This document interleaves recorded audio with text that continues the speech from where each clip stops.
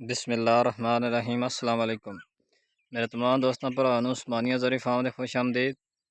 ते असीं चंद दिन पहले वीडियो बनाई सी मक्की ते स्प्रे कीता सी गंद दा रिलेट दा साइड दा स्प्रे सी डीले दा ते चौड़े पत्ते दा गैंग भी स्प्रे सी।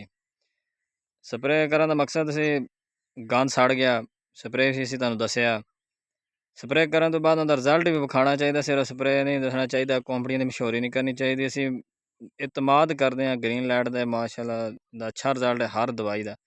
असीं देख सकते हैं पिछे सवाह बनी पई है, सड़ गए मसलन सही सफाया होया पिया वट्टां दा। एक दो तरीके नाल असीं कीता सी स्प्रे, एक असीं कल्ली वड कीती सी, फिर टक वाली नोजल नाल, फिर टक वाली नोजल नाल असीं तीन वट्टां भी कीतियां सी। जिहड़ी मसलन एक वड कीती सी, तो बिल्कुल सफाई नाल सड़ गया। जिथे तीन वट्टां कीतियां उत्थे हाले थोड़ा सड़दा पिया वा, आस्ता आस्ता सड़दा पिया, जिथे दवाई दी मिकदार घट पई है। ਅਸੀਂ देख सकते हैं आ मक्की का प्लाट आ, ਅਸੀਂ ਇਹਨੂੰ ਸੁੰਡੀ ਵਾਲਾ ਸਪਰੇ ਵੀ ਕੀਤਾ ਸੀ, ਉਹ ਵੀ ਅਸੀਂ ਤੁਹਾਨੂੰ ਵੀਡੀਓ ਬਣਾਈ ਸੀ, ਦੱਸੀ ਸੀ।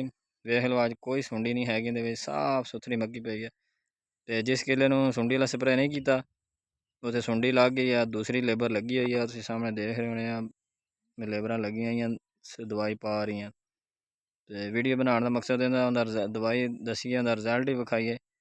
ਤੇ ਸਾਡੇ तमाम दोस्तों भरा ने गुजारिश है साढ़े वीडियो ने लाइक और सब्सक्राइब चैनल करें। शुक्रिया।